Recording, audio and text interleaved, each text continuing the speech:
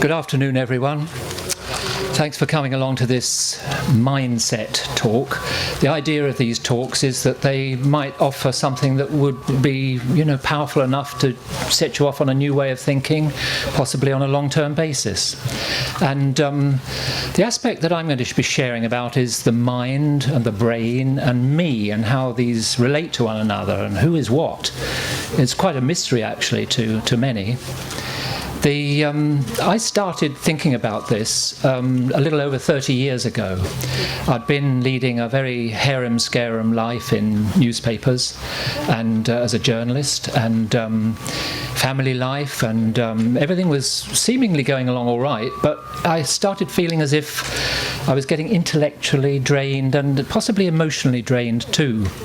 And I stepped back for a bit, came across the Brahma Kumaris and their Raja Yoga meditation, and I didn't understand it because it talked about things that, as a science writer, I didn't really have the brain wiring or the sort of structure of understanding to get it, speaking about the dimension of the soul and a region beyond the material realm.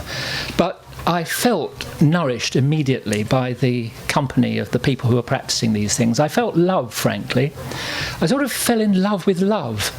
There's that little poem, as I was going up the stair, I met a man who wasn't there. He wasn't there again today. I wish to God he'd go away. You know that one. It was a little bit like that, except a more positive version, where I was in love with something that I didn't believe in or know what it was. And so this was very lovely and a little bit confusing, but certainly it was doing the job of making me feel as if I was understanding myself better. I was getting to know myself better. Because ultimately, I suppose, as some of you who've been on the spiritual journey may fully appreciate, we are love.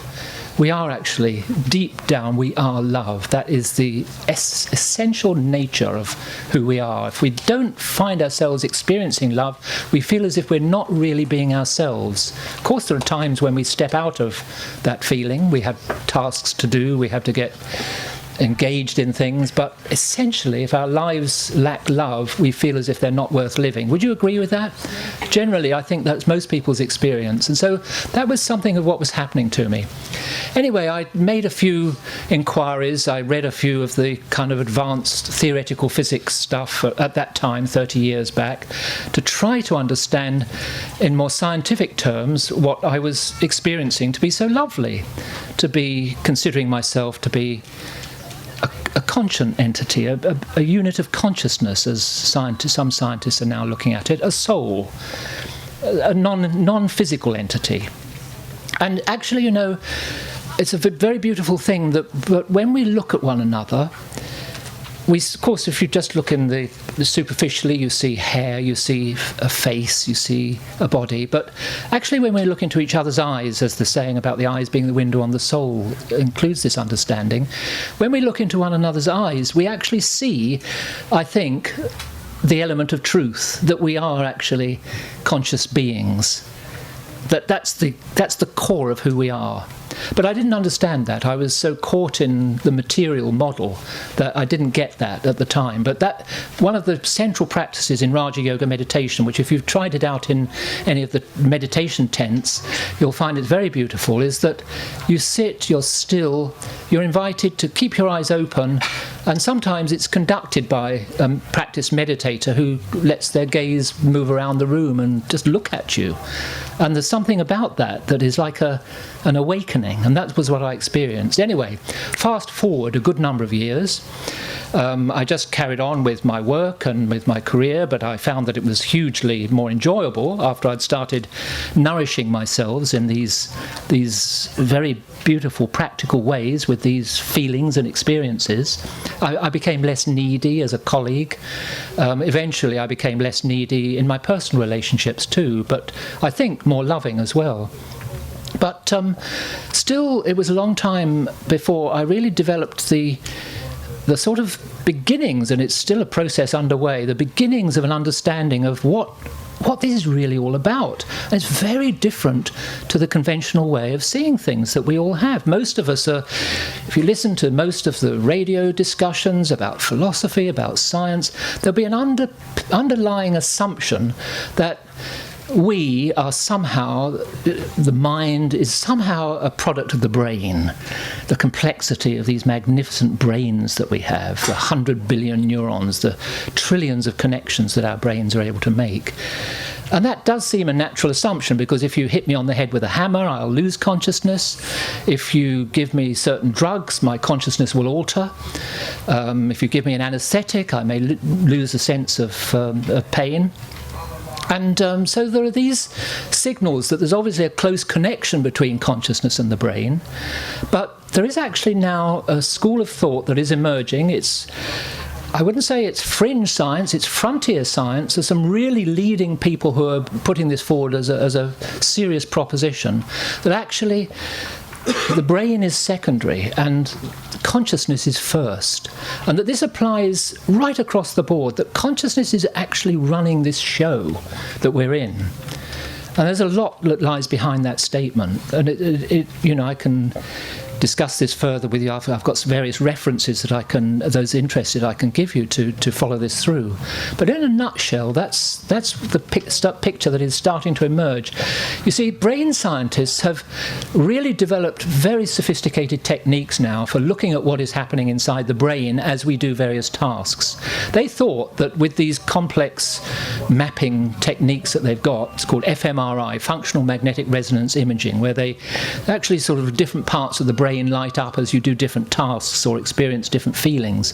And they thought that they might see from this, well, this is the center of consciousness, this is the seat of consciousness, this part of the brain is responsible for producing this kind of awareness. And definitely there are specific sections of the brain that are connected with different skills, but many different parts of the brain light up in a whole kind of variety of ways as we experience different things. So you can't say that there's a particular track or a particular place that is producing your consciousness. Instead, it seems as if there's something outside the brain that is putting the whole picture together.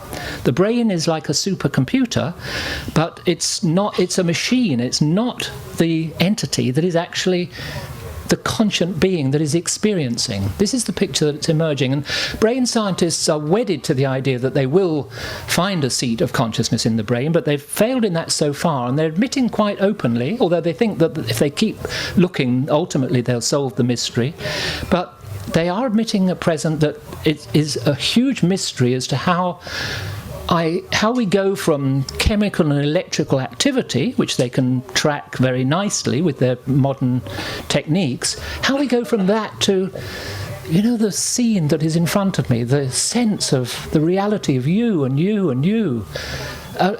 Why do we have some kind of common understanding of an orange sari or of a white cap or whatever it might be? We have how do we go from a chemical and electrical activity to the sense of green or red? They can't explain that.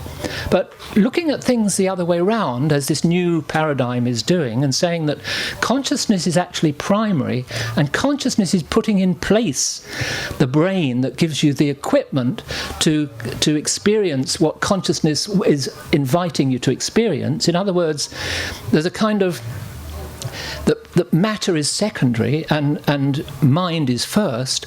That shift is really being pushed for quite strongly by some scientists now. Okay, that's theoretical, but where's the evidence for the need for this, apart from the fact that conventional thinking just isn't explaining these mysteries of consciousness? Well, there's a number of things that are emerging. One of the most profound has been, these brain studies for a start. There's a book called The Brain That Changes Itself. It pulls together all the evidence that's come with these recent brain scanning insights, and it's very clear that every thought and feeling we have changes the brain. This is an amazing new insight. We're not the victims of our brains. Of course, to some extent, the state of the brain does determine our consciousness, but according to how we think and choose to think and feel, so our brain changes. If you think habitually in a sad way, there are neurons that will increase in a certain brain area, will increase in number and activity, that will facilitate your thinking sadly, and vice versa with happiness. If you think learning the piano, you will learn almost as fast, and they've done this in trials, you learn almost as fast as people who actually learn the piano physically. When they're actually put in front of a piano, the people who've only done it mentally, they're behind the others, but they soon catch up. The brain has started to change according to the practice that was taking place only mentally, not actually playing the piano.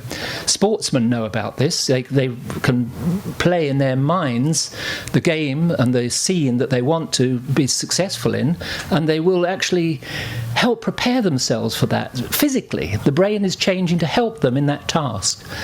But this is a misnomer. The brain that changes itself, as the author of this book says, we've no idea how it does it, but it seems as if that's the case. But suppose instead you postulate that you are not the brain, but it's you that is changing the brain according to your decisions, your judgments, your choices, your will, because you're consciousness and you're not the brain. Then it starts to make sense. Okay, so that's one area of evidence. Another one is the near-death experience. Have you all heard of this, where people have died clinically? Perhaps they had a heart attack and stopped breathing. The heart has stopped beating. There's no blood circulating through the brain. And yet minutes later, thanks to modern resuscitation techniques, they're brought back and they're alive again. Well, there's a very consistent description that has come from many of the people who have this experience. Maybe many more have it but don't remember it. But one big study in Holland, which tracked over several hospitals, they interviewed all the people they could find who'd had these experiences, who died clinically and then been resuscitated. They had about 300 cases, and a fifth of them had more than slightly over 60, described one of these near-death experiences, and there's amazing consistency to it. It's not the jangling and horror of someone with brain damage, where there's confusion and upset. It's a very lucid experience where the person, sometimes it goes in different levels. To begin with, the person may see the surgeons struggling to bring them back. They're observing it and thinking, I'm not actually dead. What's going on? And then they sort of realise, well, I must be outside this body. And then sometimes they'll see worried relatives in another part of the hospital hurrying towards where their body lies. They go a bit further and they sometimes describe a life review where some particular scenes where they hadn't acknowledged how much hurt they might have caused another, it comes to mind. And they see it from the other person's point of view, not as a judgmental thing, but just, that's how they felt when I did that. And there's a kind of settling of that kind of issue. And then very commonly a description of going through a kind of tunnel into a warm, welcoming light, that they feel as if this is just love, and as if they still got a sense of self, they're still a consciousness, but they've got no brain that's functioning, that's giving them this consciousness. So they're puzzled. And in this zone that lies outside the space-time of our ordinary awareness, they find that they just take their mind to a particular place, and there they are. The person might have been long deceased, but it's as if they can communicate with them telepathically in that way. Very, very common description of this kind. And then they go a little higher, and they feel as if often they feel as if they're met by angelic beings who sometimes have a message to them. You have to return because you've more to do down at this material level. But sometimes they feel as if they're getting so far beyond that they're just in a realm of absolutely pure love. It's very common for them to come back feeling that the truth about life is love, and that the truth about God is love. One of the many quotes in the study that was put up about this, wonderful, insightful quotes. Like I remember one of the subjects saying, I realised that death is just a big, nasty, bad lie. And they really felt it deeply. And this sense of the love that lies at the heart of consciousness of creation, that also comes very strongly. And when they relive their lives, they often make dramatic changes. They realise that the way they'd been living before was driven and, not giving them what they wanted out of life, perhaps.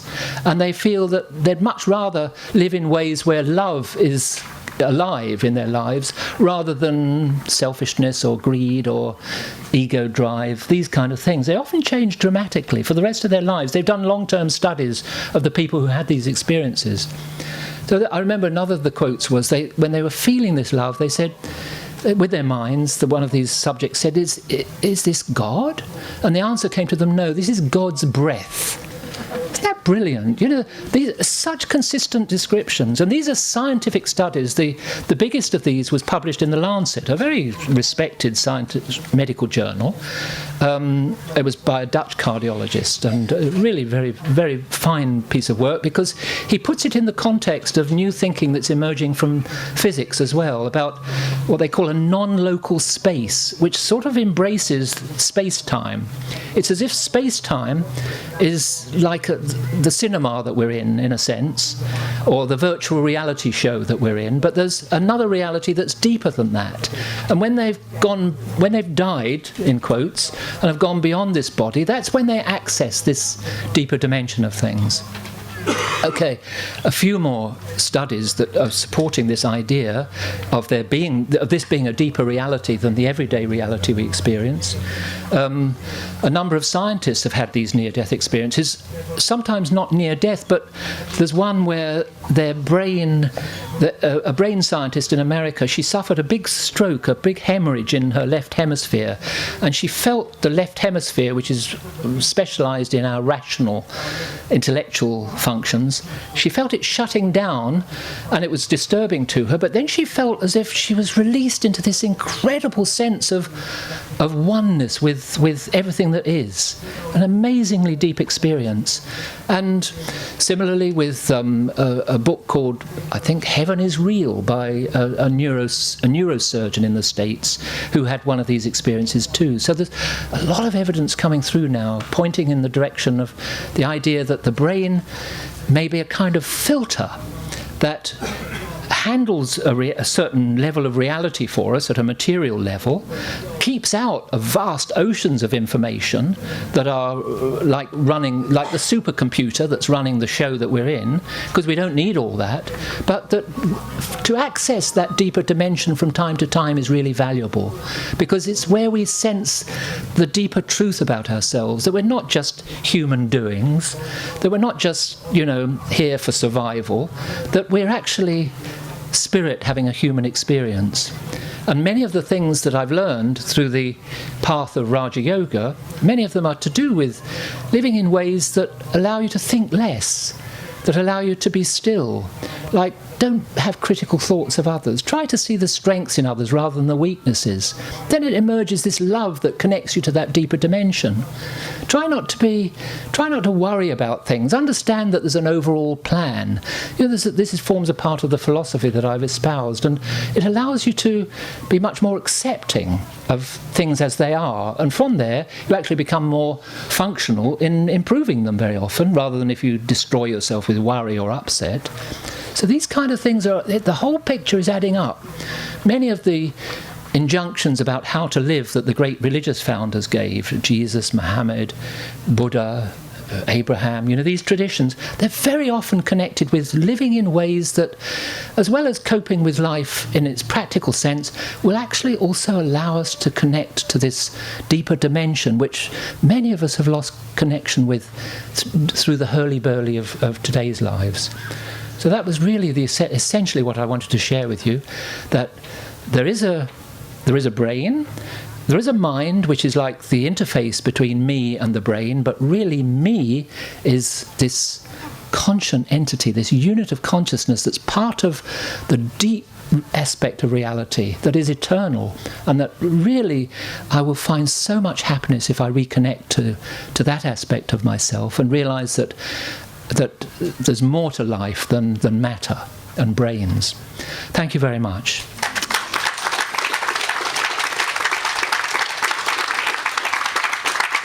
If any of you wanted to get some of the references or go into any of this a bit more, we've got a chance to sit in the cool under the trees over there. There's a round table where we can have a bit more of a chat if you'd like to do that.